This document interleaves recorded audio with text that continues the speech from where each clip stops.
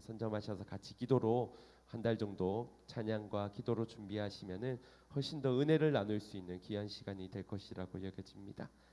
서식을 붙여 놓으면 꼭 기재해 주시길 바랍니다. 다음 주 주일 오후 예배가 마친 후에 당회원 당회 모임이 가지도록 하겠습니다. 함께 보실 하나님의 말씀은 요나서 1장 말씀입니다. 요나서 1장 1절에서부터 6절까지 말씀입니다.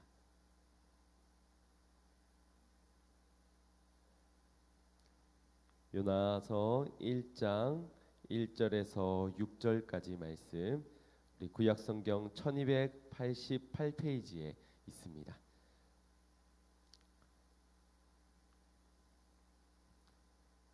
1절부터 6절까지 말씀 한 절 한 절 교독하겠습니다. 여호와의 말씀이 아미떼의 아들 요나에게 임하니라. 이르시되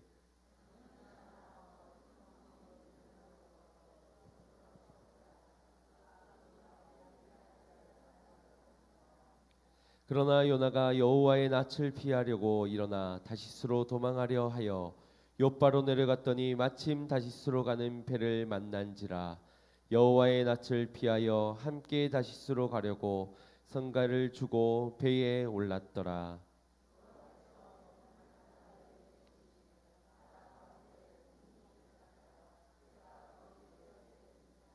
사공이 두려워하여 각각 자기의 신 부르고 또 배를 가볍게 하려고 그 가운데 물건을 바다에 던지니라. 그러나 요나는 배 밑층에 내려가서 누워 깊이 잠이 든지라.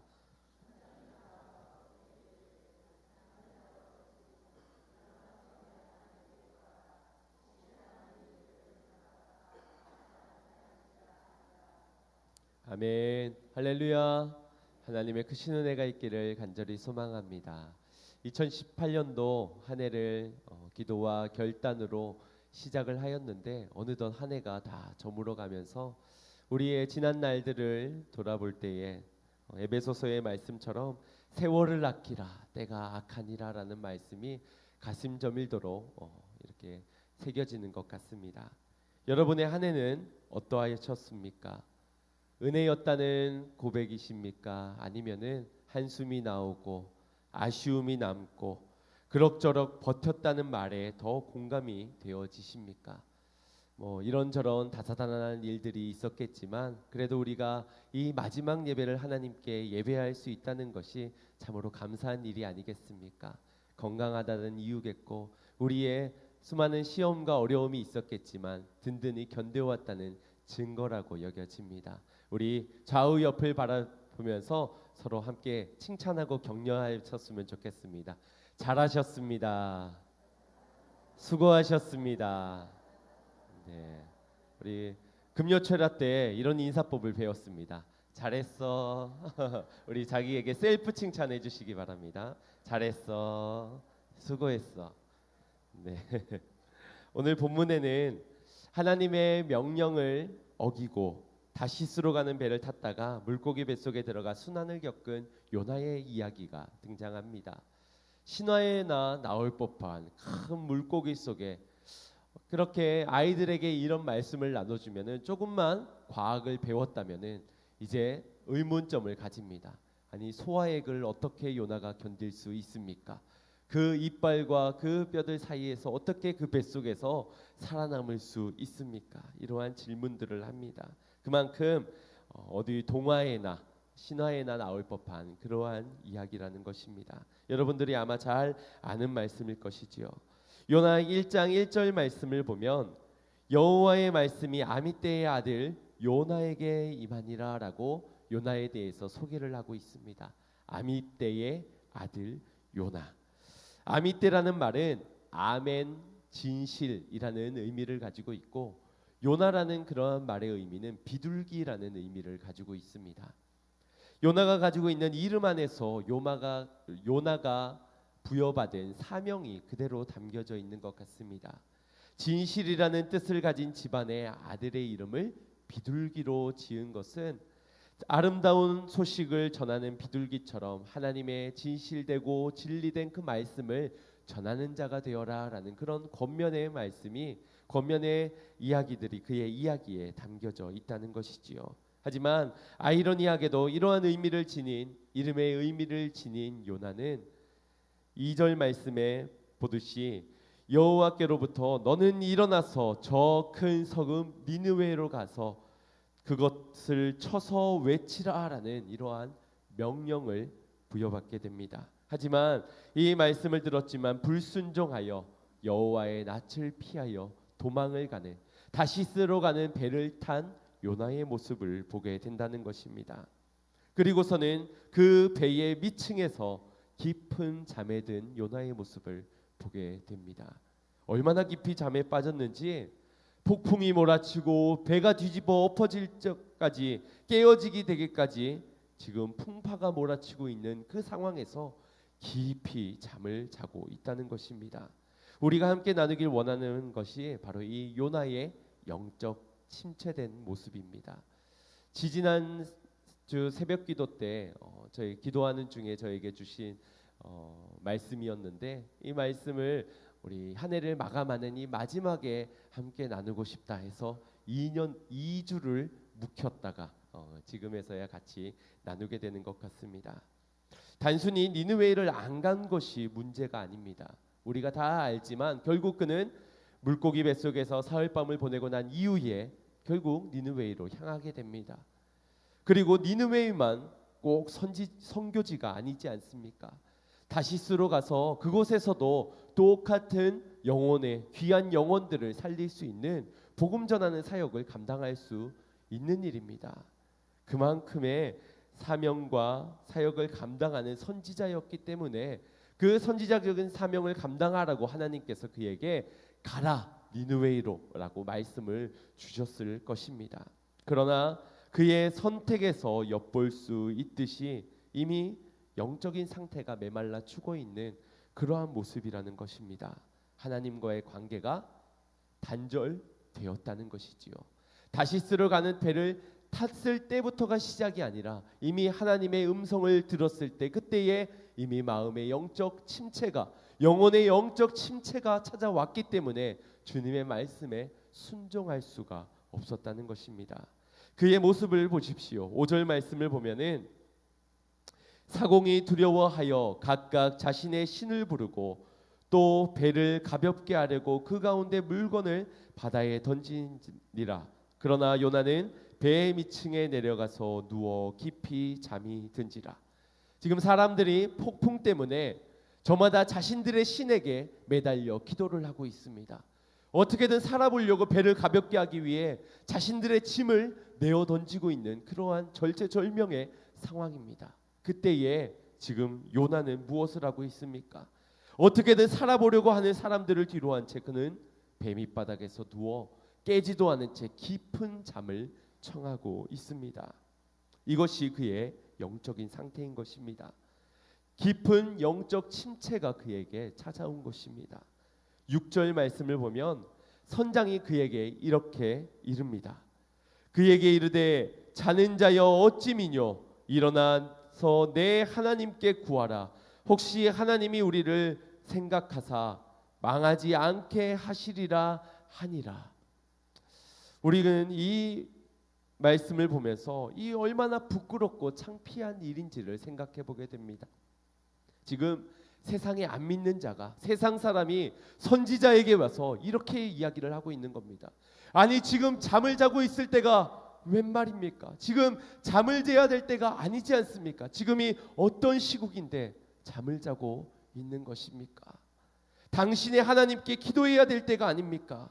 그래야 하나님께서 혹시라도 우리를 구해줄 수 있는 것이 아닙니까? 이 말입니다. 목사님, 지금 성도들은 교회를 위하여서 깨어 기도하고 있는데 어찌 잠을 잔단 말입니까? 어찌 함께 기도해 주지 않는단 말입니까? 우리는 지금 어떻게든 이 침몰해가는 배를 띄워보려고, 살려보려고 안간힘을 쓰는데 어찌 잠을 자고 있습니까? 기도해야 되지 않겠습니까? 하나님께 기도해야 되지 않겠습니까? 장로님, 권사님, 이 나라 이 민족이 이 지경인데, 교회가 이 모양인데, 우리의 가정이 이 지경까지 이르렀는데 어찌 잠을 자고 있을 수 있습니까?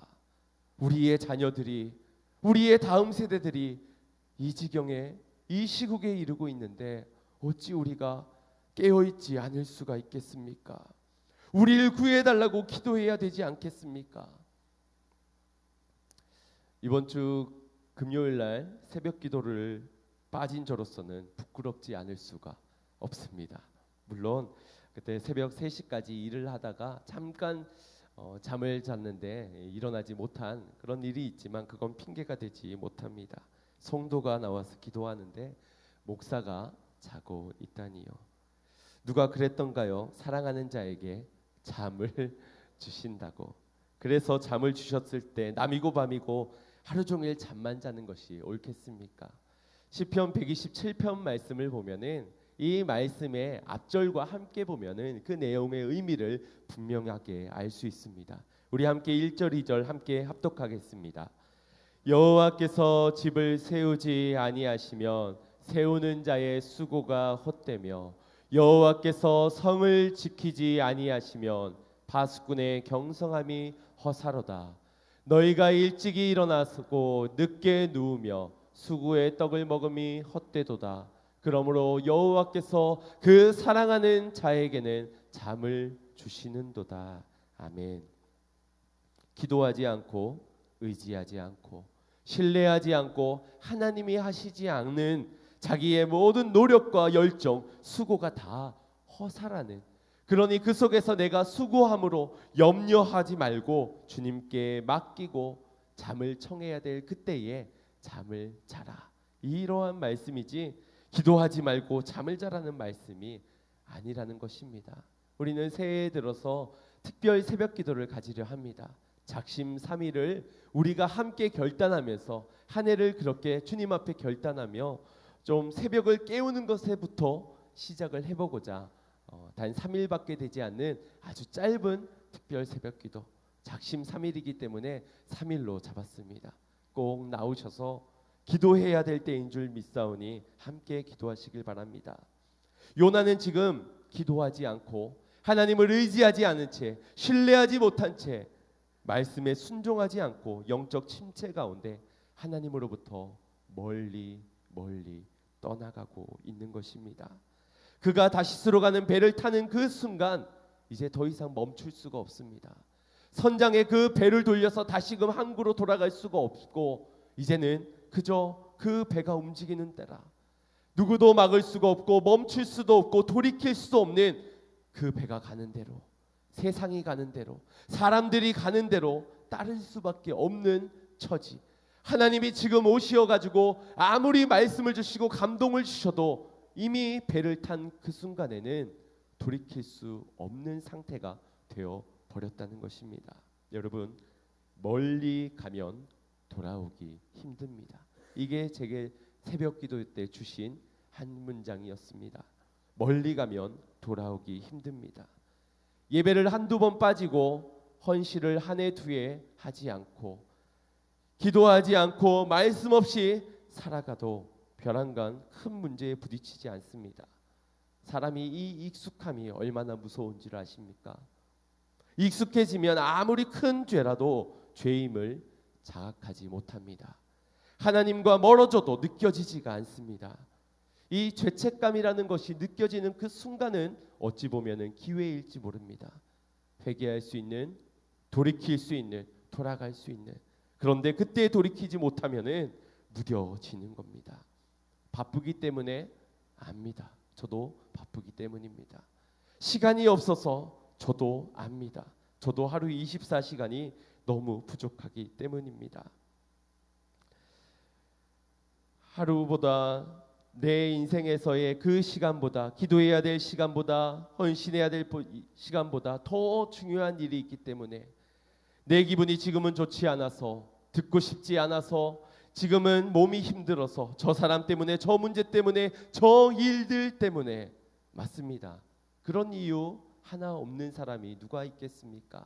그런데 여러분, 그렇게 하나님과 멀어져가는 하루하루, 그 시간만큼 우리가 돌아가야 하는 그곳으로부터 점점 멀어져 간다는 사실을 우리는 잊지 말아야만 합니다.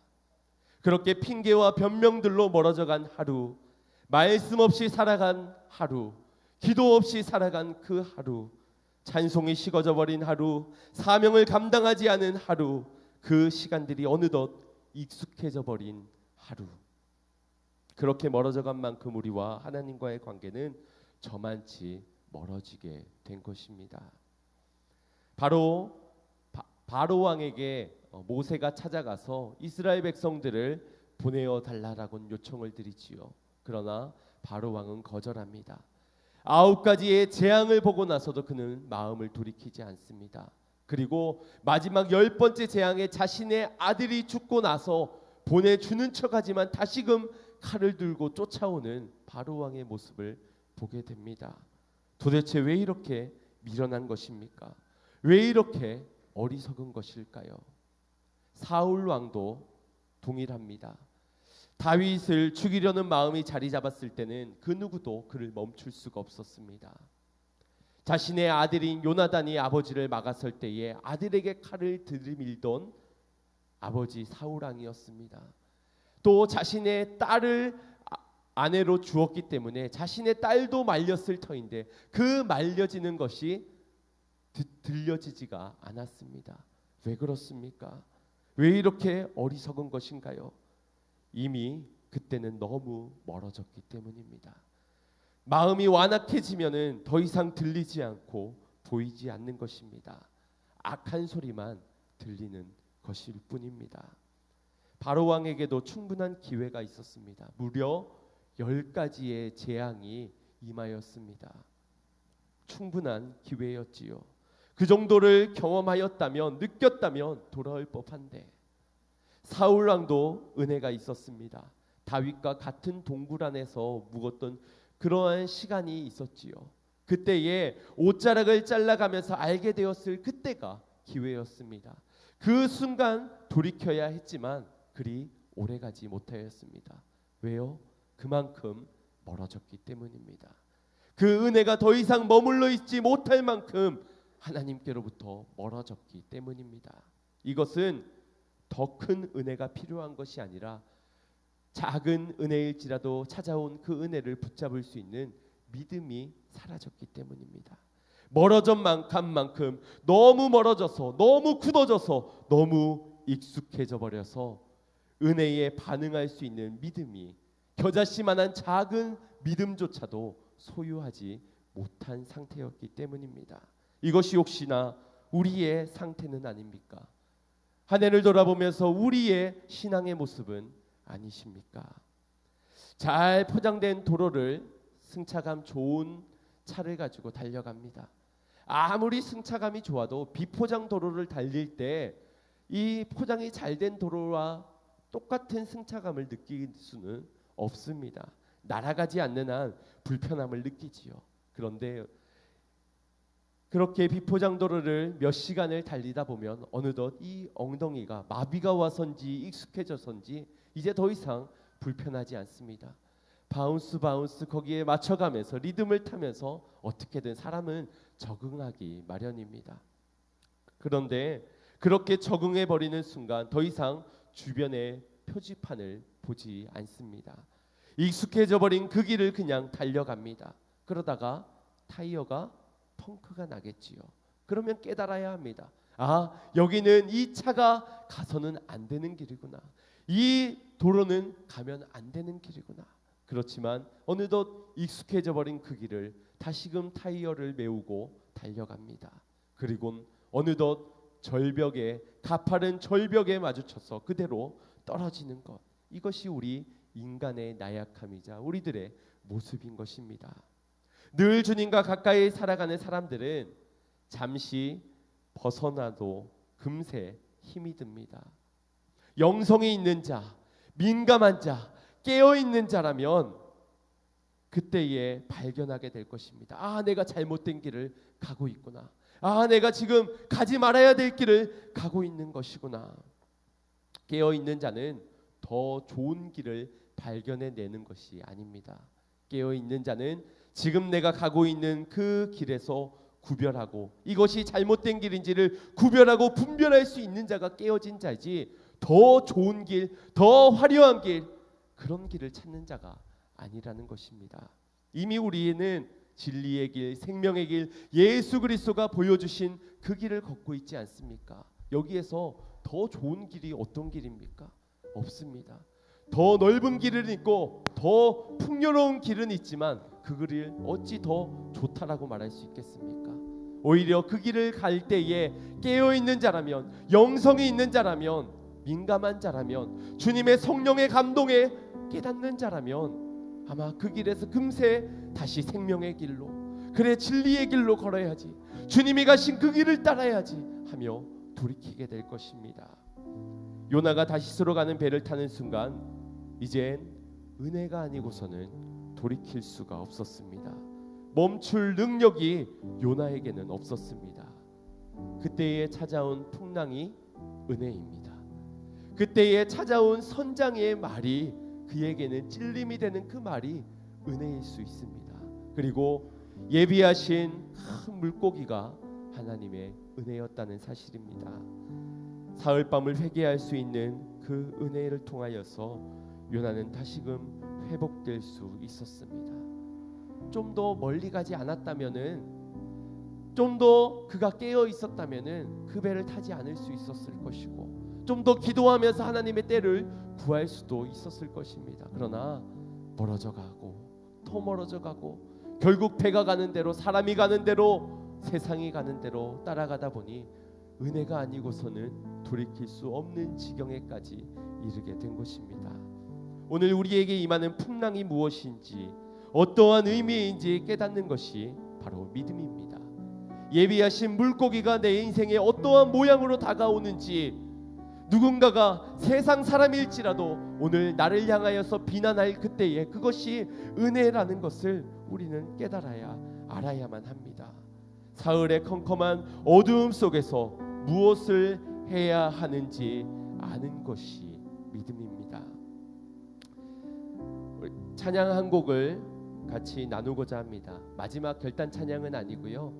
오늘 제목의 설교의 제목과 같은 그러한 찬양입니다. 함께 이 찬양을 나누고 싶습니다.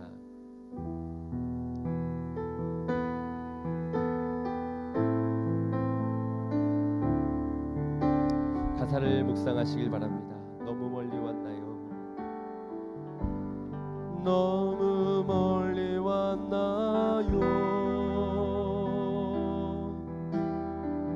주님께 돌아가기에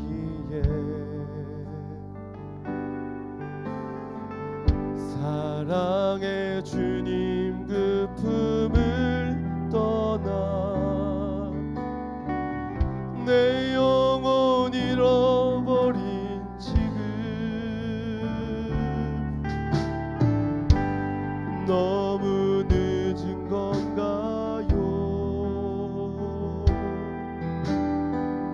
내 영혼 회복하기에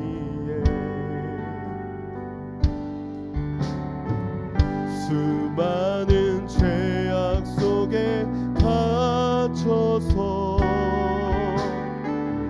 주님을 잃어버린 지금,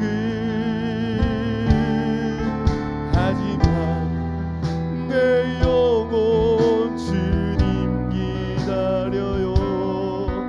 변함없는 주님의 사랑을 내 모습 이대로 주께 돌아가요. 나의 손을 잡아주소서. 다시 주님의 얼굴 내 영혼 볼 수 있도록 나를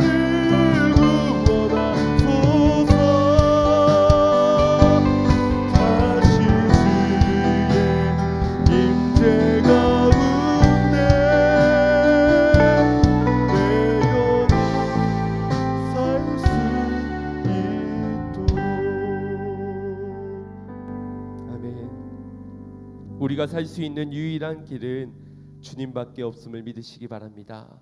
내가 돌아가야 할 곳, 내가 먼저 돌아가야만 우리 모두가 살 수 있습니다. 안전 불감증이라고 하지요. 안전에 대해 자각하지 못하고 민감하게 생각하지 않으면은 큰 사고를 당하게 됩니다. 그때에서야 후회하고 한탄하며 그 책임과 결과를 마주하게 됩니다. 더 큰 문제는요, 나 혼자만 당하는 것이 아니라는 것이지요. 나 혼자만 그 책임과 결과를 마주해야 되는 것이 아니라는 것입니다. 함께하는 동료들과 사랑하는 이들, 우리의 가족들이 함께 그 배에서 힘겨워야 한다는 사실입니다. 우리의 간절한 기도가 무엇입니까? 내가 돌아가야 되는 것도 우리의 기도의 제목이지만 사실 더 간절한 것은 우리의 사랑하는 자녀들, 우리의 사랑하는 가족들, 나의 동료들이 살아나야 되는 것, 돌아와야 되는 것이 아닙니까?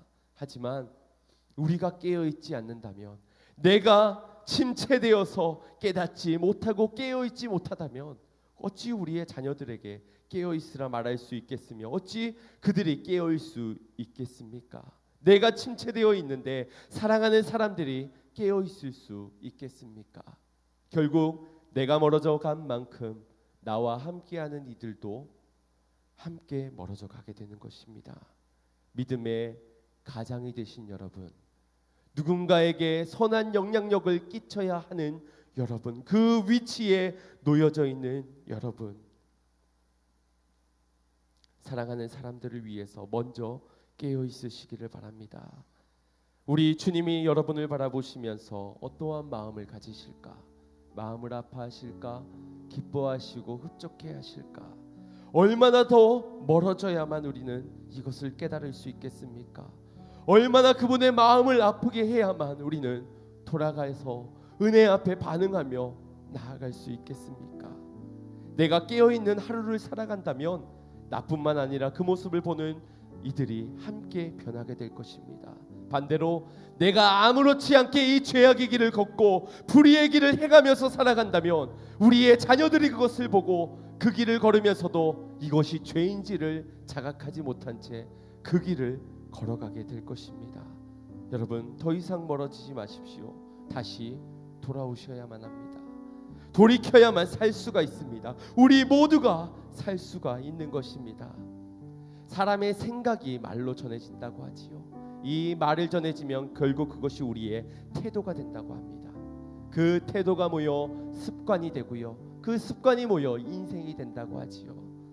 인생이 되기 전 습관을 바꿔야 할 것이며, 습관이 되기 전 우리의 태도를 바꿔야 하며, 태도 이전에 우리의 말과 우리의 생각을 먼저 지키는 것이 지혜로운 처사일 것입니다. 태도가 되어버린 만큼 돌아가야 될 길은 더욱더 힘겨울 것입니다. 내 습관이 되어져 버린 만큼 우리는 더 힘든 고통의 순간을 보내야만 할 것입니다. 어느덧 그것이 내 인생의 멸망의 인생이 되어버린 순간 우리는 깨어지기 위해, 부서지기 위해 더 큰 눈물과 아픔을 겪어야만 합니다. 그렇게 돌아오는 수많은 사람들의 모습을 볼 때에 우리는 깨어 있어야 하지 않겠습니까? 기도해야 되지 않겠습니까? 그럼에도 반드시 깨어져야 하기에, 바꿔야만 하기에 오늘도 주님은 은혜로 우리를 부르고 계신 줄 믿습니다.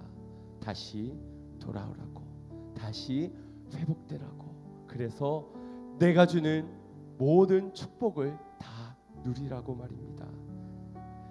우리는 깨어지는 은혜를 내일로 미뤄서는 안 됩니다. 오늘 이 시간이기를 소망합니다. 왜냐하면 내일 우리는 더 멀어지게 될 것이기 때문입니다. 결단은 내일 하는 것이 아니라 오늘 하는 것입니다. 멈춰 서야 하는 것도 잠시 후가 아니라 바로 지금 이 순간입니다.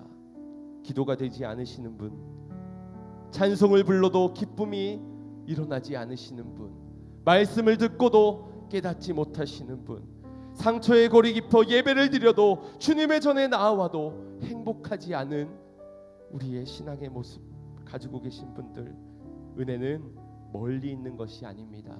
믿기만 하면 그 은혜는 우리의 가장 가까이에서 주님께서 주시고자 하고 계신다는 것입니다. 무엇을 믿는 것입니까? 무엇을 믿어야 되는 것입니까? 회개는 하나님의 사랑을 아는 자가 회개할 수 있습니다. 아버지의 사랑을 믿으면 오늘 우리는 돌이킬 수 있습니다. 성경에서 아버지의 유산을 가지고 집을 떠난 탕자의 이야기를 아실 것입니다. 탕자가 받은 유산을 흥청망청 쓰며 주어진 모든 재산을 잃어버리고 친구들로부터 버림을 당하고 밥을 빌어먹고 사는 그 형편이 되었어도 그는 집으로 돌아갈 생각을 하지 못합니다. 그만큼 아버지께로부터 멀어졌어요. 아버지의 유산을 가지고 아버지의 마음을 아프게 해드린 만큼 멀어졌고 자신이 타락하여 방황했던 그 시간만큼 멀어졌습니다. 차라리 돼지우리에서 밥을 먹을지언정 아버지께는 나는 못 돌아가겠다. 부끄러워서 창피해서 죄스러워서 못 돌아가겠다.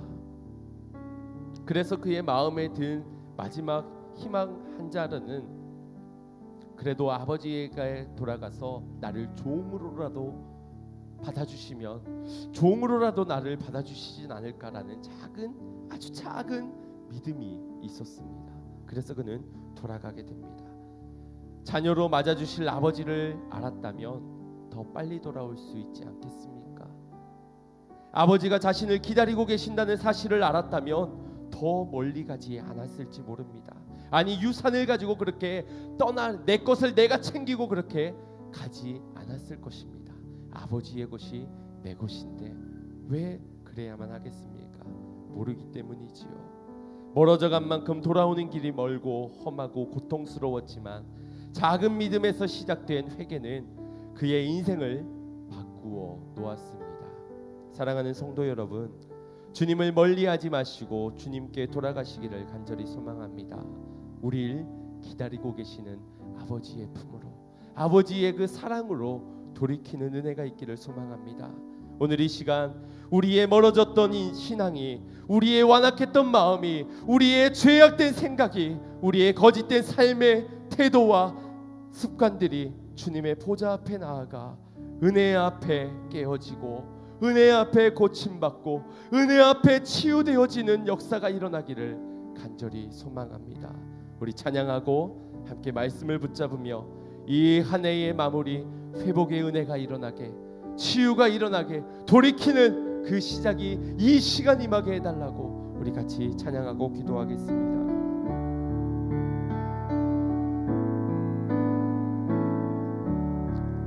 탕자처럼 방황할 때도, 탕자처럼 방황할 때도 애타게 기다리는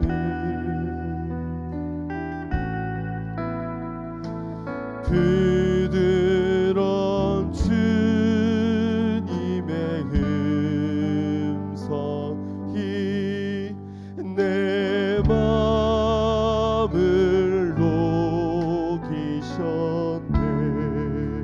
오 주님, 나 이제, 오 주님, 나 이제 갑니다. 날 받아 주소서.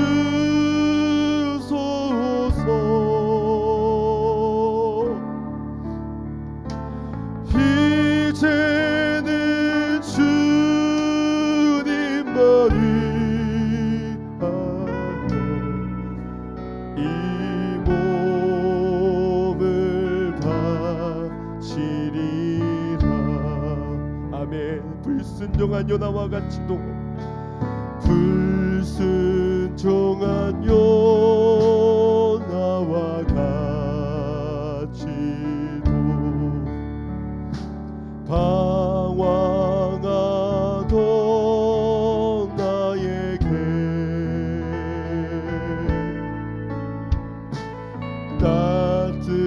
따뜻한 주님의 손길이 내 손을 잡 주님 나 이제 갑니다. 오 주님 나 이제 갑니다. 날 받아 주소서.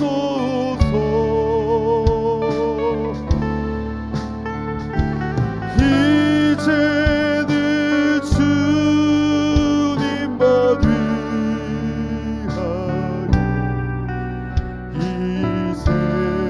생명 바치리라. 음탕한 저 고멜과 같이도 음탕한 저 고멜과 같이도 당황하던 나에게 너그러운 주님의 용서가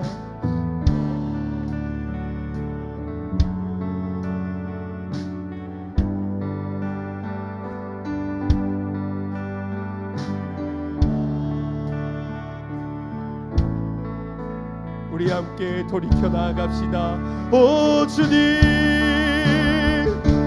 오 주님 나 이제 갑니다.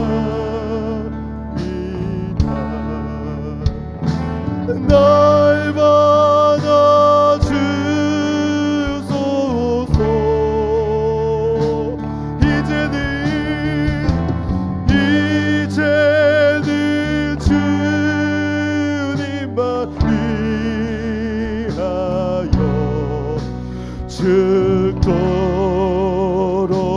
증서. 주님의 사랑을 봅니다. 오 주님 나 이제, 오 주님 나 이제 갑니다. 날 받아 주소서.